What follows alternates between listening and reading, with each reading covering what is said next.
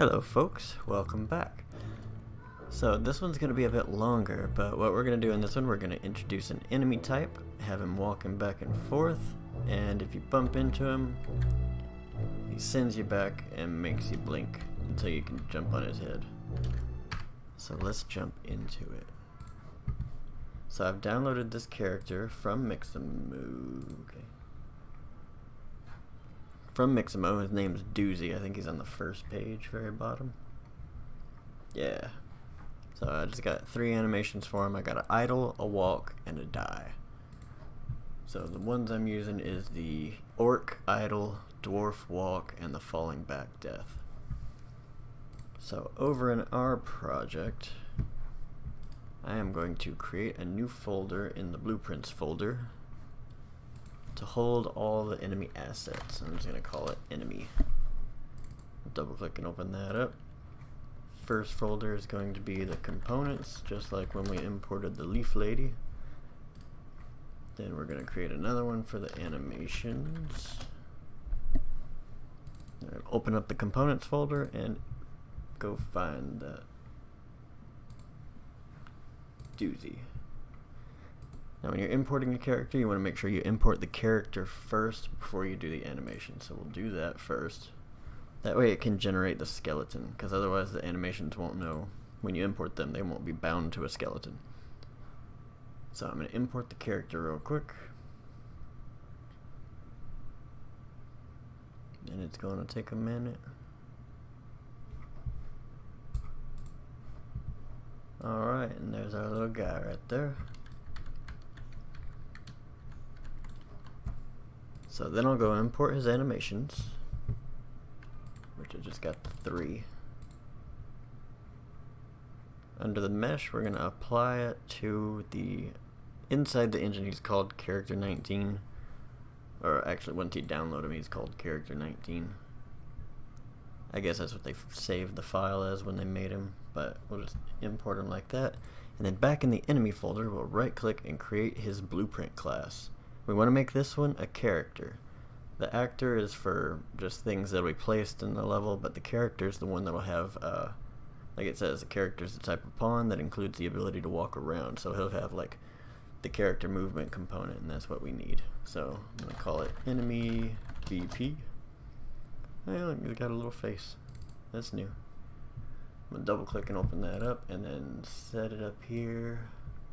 For the mesh, I am going to go to Doozy, drop him down to where he fits inside that, and I'm going to shrink this capsule up a little bit, so I'm going to set it, let's try 80. Yeah, 80 seems to fit pretty good. Rotate him 90 degrees so he's facing forward and not crab walking around. And what I've noticed is the size of the capsule, so the capsule half height is 80. That's usually where this ends up, -80. So if those are the same, then he should be just standing flat on the ground, not floating or anything like that. So yeah, he's pretty good. So as long as those match, so if this was 96 and he was at -96, it would offset for him to be just right at the ground. So with him like that, I'm going to add 2 things to his mesh. So in his components tab, I'm going to highlight the mesh, and I'm going to add a sphere collision. This one I'm going to call head, and this one will go just right around his dome, so that when the character jumps and tries to land on it, it can say, did she hit this? If so, kill him. Sounds brutal, right? Alright, and then we're going to add another one, another sphere collision. This one's just going to stay right around his midsection. And I'm going to set it to about 40 on the radius. That way when the character bumps into him, it'll apply damage to her. So this hurts him, this will hurt us. Alright, now let's set up his animation blueprint. But first we need to set up the first blend space. So right click, Under animation, we are going to set up a blend space 1D. We want the 1D because this one can operate on multiple variables. I guess that's the way to say it. But we just want one, because we're just going to give him speed variable. He's not going to be able to check his direction, which way he's facing. He'll always be facing where he's walking. So I'm going to call this base loc underscore blend space, BS, whatever. Double click, open that up, and then find those animations that you downloaded. And it always starts from the left and goes right. So if you look right here, see it starts at 0 and goes to 100. We're actually going to put that probably about 200. And we want the name of that to be a speed. That way when we drag this into the animation blueprint later on, we know what variable we're adjusting. So I'm going to do that. Set the walking animation about here. If you hold shift, see right here it says hold shift to move the preview point, which is that green arrow. You can see how it goes, how it'll blend between the two. So with that done, I'm going to save real quick. Let's save real quick. Alright. Right click under animation. Let's create the animation blueprint for CH19. Call it enemy anim BP. Double click and open it up. And in the event graph, off of event blueprint update animation, we're just going to cast directly to enemy BP. We don't have to do the sequence this time because it's just going to have one thing we're checking. Is he walking? So as the enemy BP, we want to get the velocity. The velocity is it checks the vector that you're moving, and the vector length, which we're going to drag off and get, is the speed that you're moving along that vector. So we'll drag off here and promote that to a variable called speed. Hook that up just like that. So you're getting its velocity, measuring the length of the vector along that velocity, yeah, you know what I'm saying, and then registering that as the variable. So back in the anim graph, I'm going to right click and add a new state machine.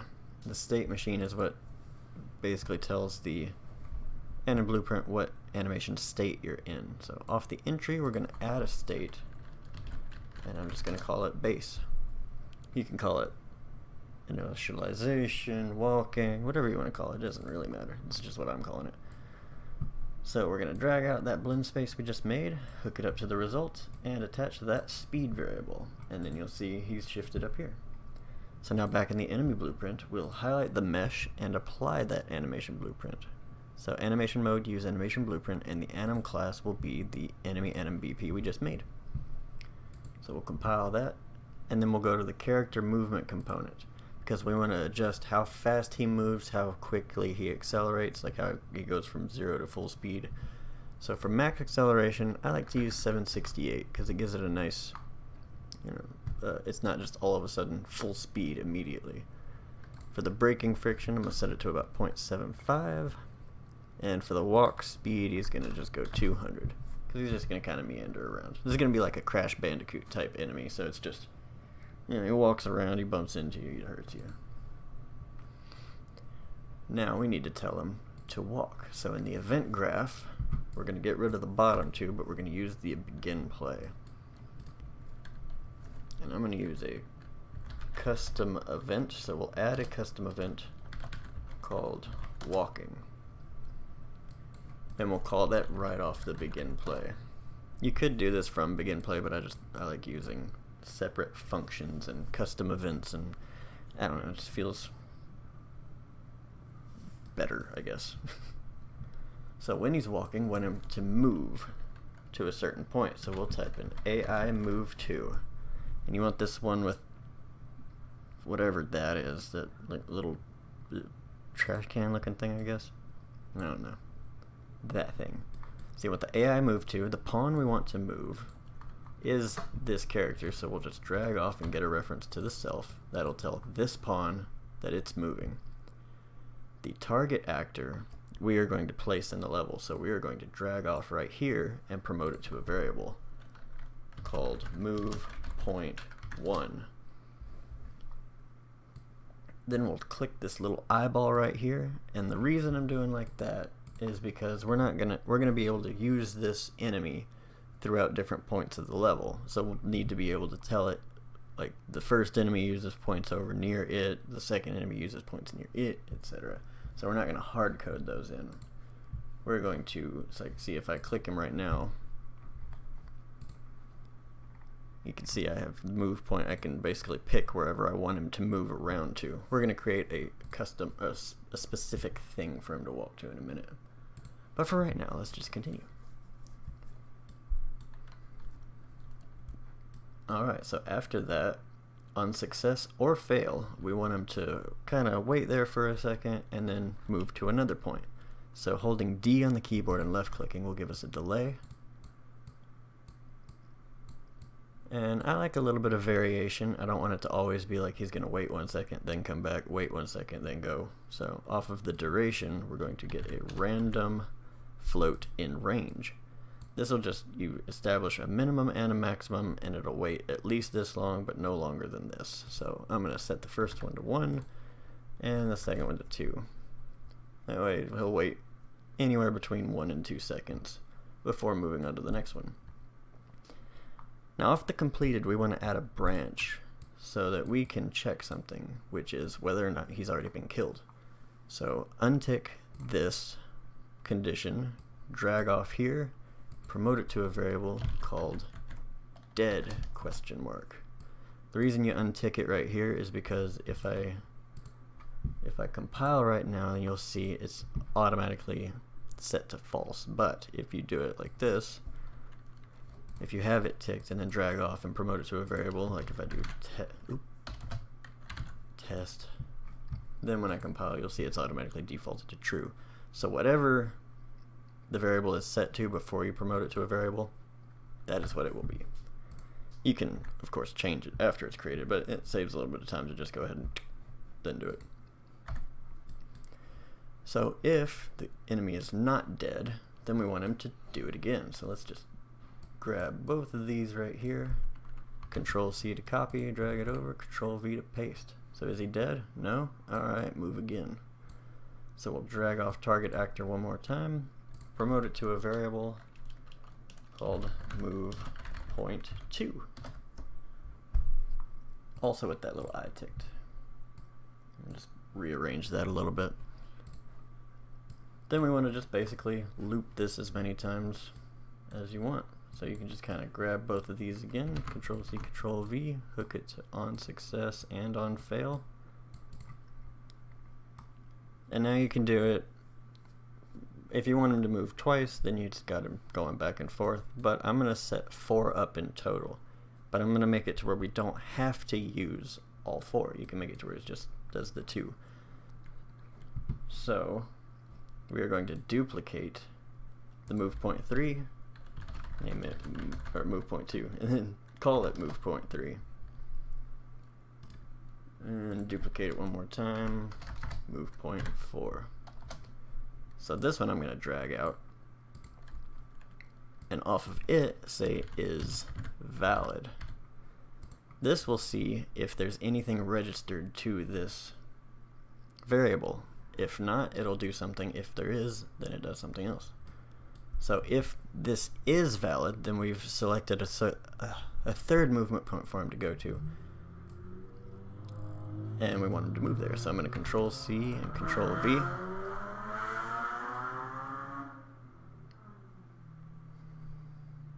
My neighbors. From the is valid, we'll hook that to the AI move to, the completed to the execute of the is valid. Now if it's not valid, then we'll do a branch, drag out and hook that dead. If it's not dead, then we want to call that walking function.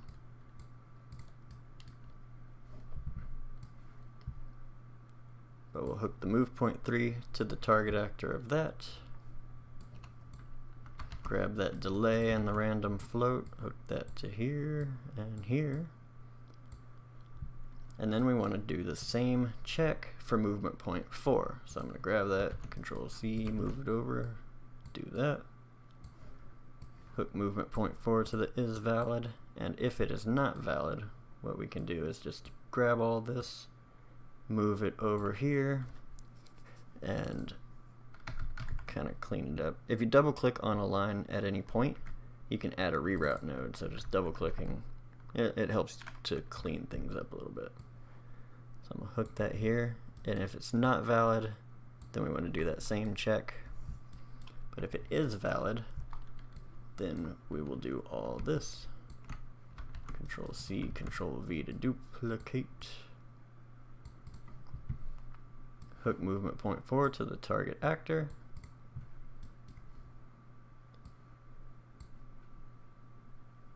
I'm going to add another reroute node just so I can hook that to there, so that we can move this a little bit further and hook the completed to it.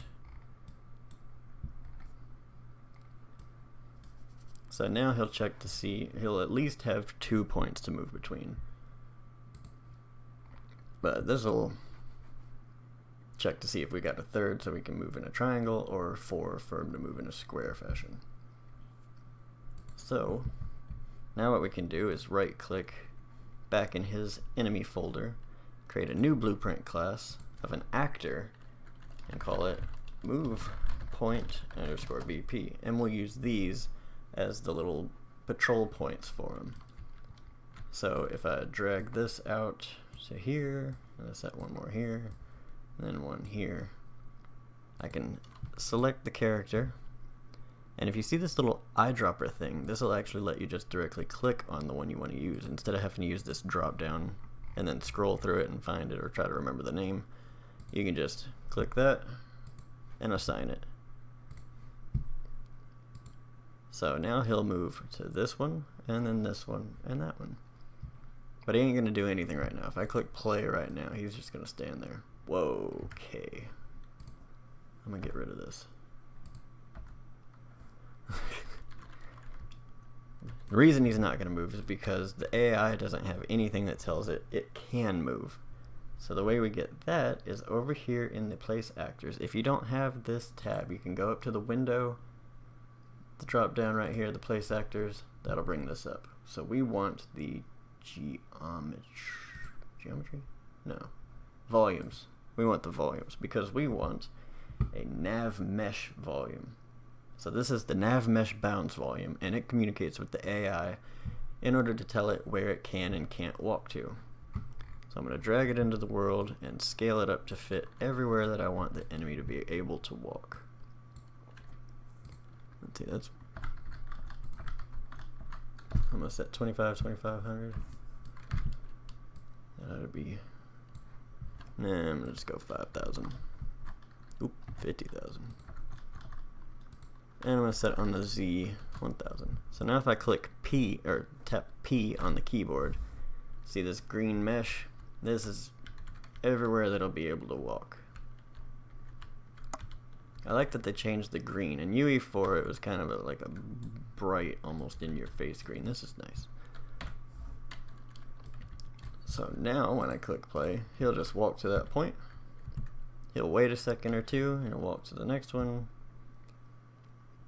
And then he'll walk to the next one. Yeah, and then he'll walk back to the first one. So if I set up a fourth one for him,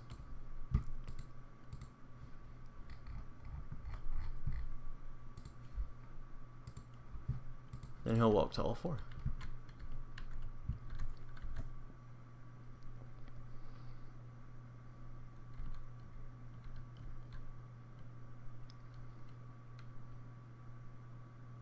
Or if you only want him to walk back and forth between the two, I'll just clear both of these, and then he'll just walk back and forth between those 2 points.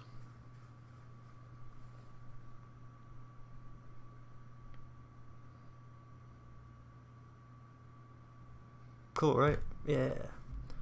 Alright, so now what we want to do is inside the character blueprint, we want to add, what was that? Oh, right. To the mesh, we want to add another sphere collision. We don't want this one to be what registers damaging the enemy, because that's too much of a gap. So I'm going to add another sphere collision, and I'm going to call it enemy hit. And I'm going to just move it up just to encompass her feet. That way it's like she's kicking him in the head. So we'll compile that. Now in the enemy blueprint, we want to highlight the head sphere collision, scroll down to on component begin overlap, which is the second one of these green. But if you need to like verify, you can just pull that out like that.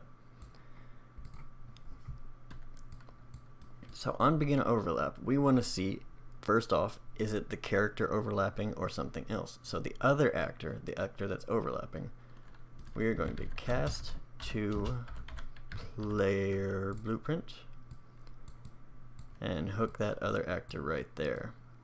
Now the component of the other actor is what we want to check, so we'll drag off and see if it equals operator. You can just type in an equal sign or type equal out, whatever you want to do.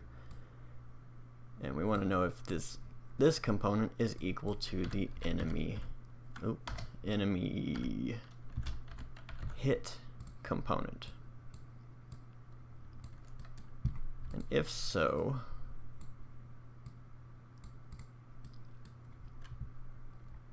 if it is, then we want to right click, add a custom event called kill. And if it is, then we just call that function. Now when we kill the enemy, we want to drag out the mesh, and off of there we want to play an animation. We don't really need any kind of event notifies or anything like that, so we can just do it directly here. And the animation to play is going to be his die animation. What is it? Falling back death. That's the one I had.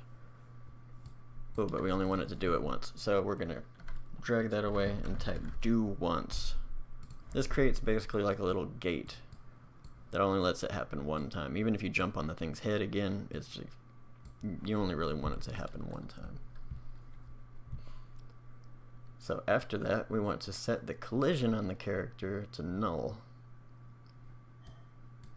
So we will drag out the capsule component and the mesh one more time, and we want to set its collision response to channel.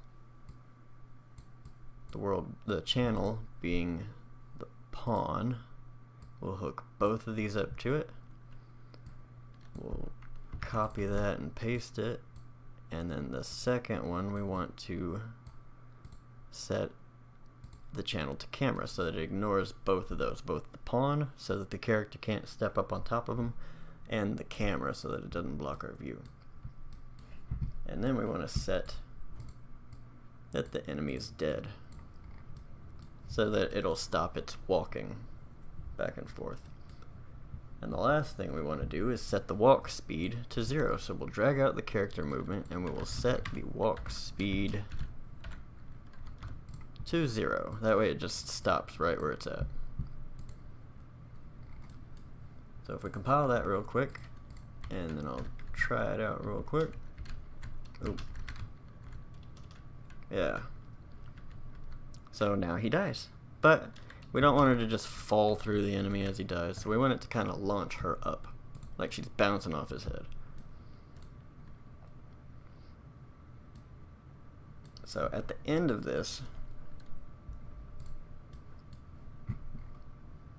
well, up here on the begin overlap where we cast to the player, let's promote it to a variable real quick.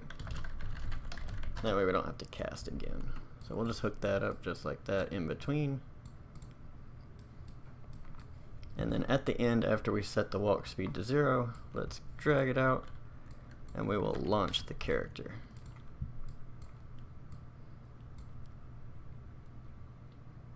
And we'll just set that 500 and we'll override the Z. And then just to make it, give it a little flair, let's set flipping back to null wait with a delay for just a short second, like 0.01, and then we'll make her do a flip again.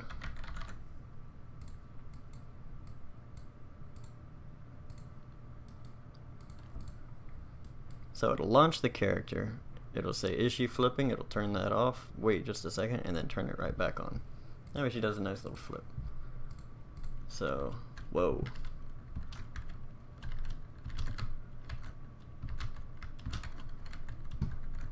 Come on, bro. There it goes. Might need to adjust the size of those things. A lot of things about game development is just adjusting, testing, adjusting again. So I'm going to set this to like 45. And then this one, also 45. A little bit of leeway so it's not like exact. Yeah, that looks nice. Alright, but now we want to work on this one so that if she bumps into this one and she's not jumping, it hurts her. So the way we'll do that is from the enemy blueprint. Wait, how did I do this in the other one? Let's check my notes real quick.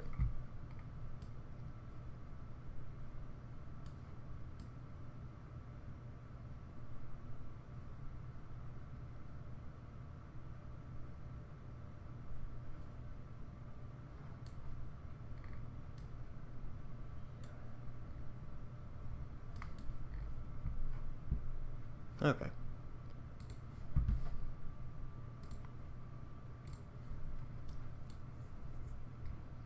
So now on the sphere, that'll be the one that hits the player. We'll go down and on begin overlap, we want to do the same thing and find out if it's the player. So we'll cast to player BP and hook that up, and then we'll just apply damage. That way we apply damage to the player character. I'm just going to set this to 1. It just has to have something in there, because if it sets 0 then it won't count when we do what we're about to do in the player blueprint. So on begin overlap, we're seeing if it's the player overlapping it, then we're applying the damage based on that. So now in the player blueprint, I'm going to get rid of that. We'll right click and type in any damage. You want this event any damage. So on any damage, we want to launch the character backwards, away from whatever just damaged her. So we're going to drag off and say launch character, but we want to launch her backwards, so we need to get which direction she's facing. So we'll get actor forward vector. Then we will drag off here. We want to make a vector, because over here we're going to break the vector. Off of the X and the Y, we want to multiply this by, let's see, I want it to be a negative amount, so I'm going to say negative 500. This will basically take whichever direction she's facing on the X and go the opposite route with this much force. So I'm going to hook that to the X. I'm going to copy it and paste it here and hook it to the Y. And then for the Z, I'm going to set it also 500. And we'll say X and Y override and Z override. So now, yeah, it launches her back from whichever way she's facing. But if she's jumping, then she'll hit him in the head. Oh, right. So in the enemy blueprint, let's fix that to where if he's dead, it does nothing. So we'll drag the applied damage away. We'll hit a branch right here in between it, hook the false to here, because we only want it to happen if he's not dead. If he is dead, she should be able to just run right through. So now let's test that out real quick. Whoa. Yeah, so now she can just run right over his corpse. Sweet. So now what we want to do is add that nice little red blinking effect. So in the character blueprint, in the components tab, we're going to find her material, which is called Fong1. Interesting. And we're going to duplicate it. and I'm just going to call it Fong Hurt. Then I'm just going to open that up real quick. I'm going to drag these over. We want the base color texture sample. And then I'm going to hold M on the keyboard and left click for a multiply node. Hook this up to the A. Hold 3 on the keyboard and left click for a constant 3 vector. And I'm going to give it whatever color you want her to blink. I'm going to set it red. Hook that to the multiply and that to the base color. Then we'll apply. And then out in the main menu, save everything real quick.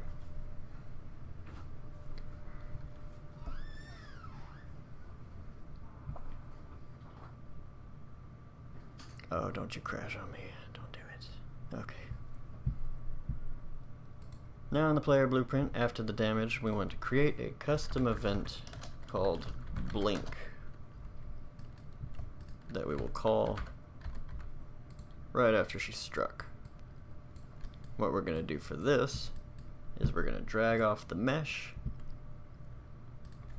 and we're going to hit a flip flop.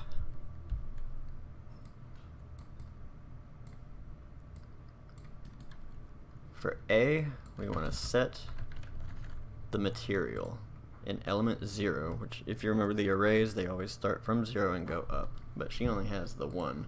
So if you look over here in the materials, element 0 is the Fong 1. So we'll hook that to A, and we want to set this to the hurt, because she's already got the other one. We want it first to turn her red. And off B, we want to set material, and the one we want to set is back to her normal Fong 1. So we'll hook that up like that. And we want it to do it a few times. I like 4. So I'm going to add an integer called count. And I'm going to click this variable type and make it an integer. I'm going to drag it out. Off of here, I'm going to type in INC for increment, which just increases it by 1 each time. Hook it up to there, just like that. Crap. I'm going to try not to double click it.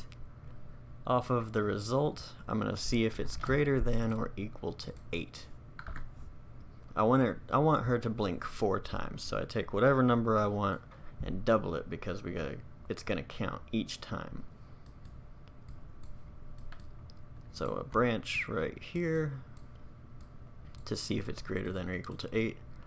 If false, we want it to wait the 0.2 seconds and then blink again. If true, then I want to set this count back to 0, and just to be safe, drag out the mesh and we'll set the material back to the Fong 1. Just to make sure that she ends on the right material. So with that done, let's check it out. Yeah. So now she blinks when she gets hit. But she can damage him. And he stops walking. So yeah. What else you can do if you wanted to is after you apply the damage to him and kill him, if you wanted to, you could also increase the player's score. So like give them an incentive to actually hit the enemies. All you would do is just like get the coins, set coins, and then off the coins add however much you want to increase their score by. So if like each enemy was worth 10 points, then that's how you would do that. Just bounce off his head, and then I don't know why I pointed at my computer screen like y'all could see me, but yeah, now you can see she's got 10 extra points from hitting the enemy. So yeah, I know this one was a little bit longer, 35 minutes, but hopefully it was interesting. Let me just double check my notes real quick, make sure. Okay. If you have any issues with the enemy being damaged, but you haven't jumped or anything like that, you can also, at the very beginning, where you're checking to see if it's the enemy hit that's overlapped, you can also find out and make sure if the character is jumping. Shouldn't have any issue, but if you want to do that, you would just drag off and type falling, get the is falling from where we're checking to see if the overlapped component is the enemy hit. You would just hit and right here, so you would check 2 booleans instead of just the one. Shouldn't have any issue, but just in case, I'm going to save all this real quick, and in the next one we'll start building up the level and add in little health bars, so that way if she gets hit too much, it restarts the level. So alright, I will see y'all in the next one. Bye.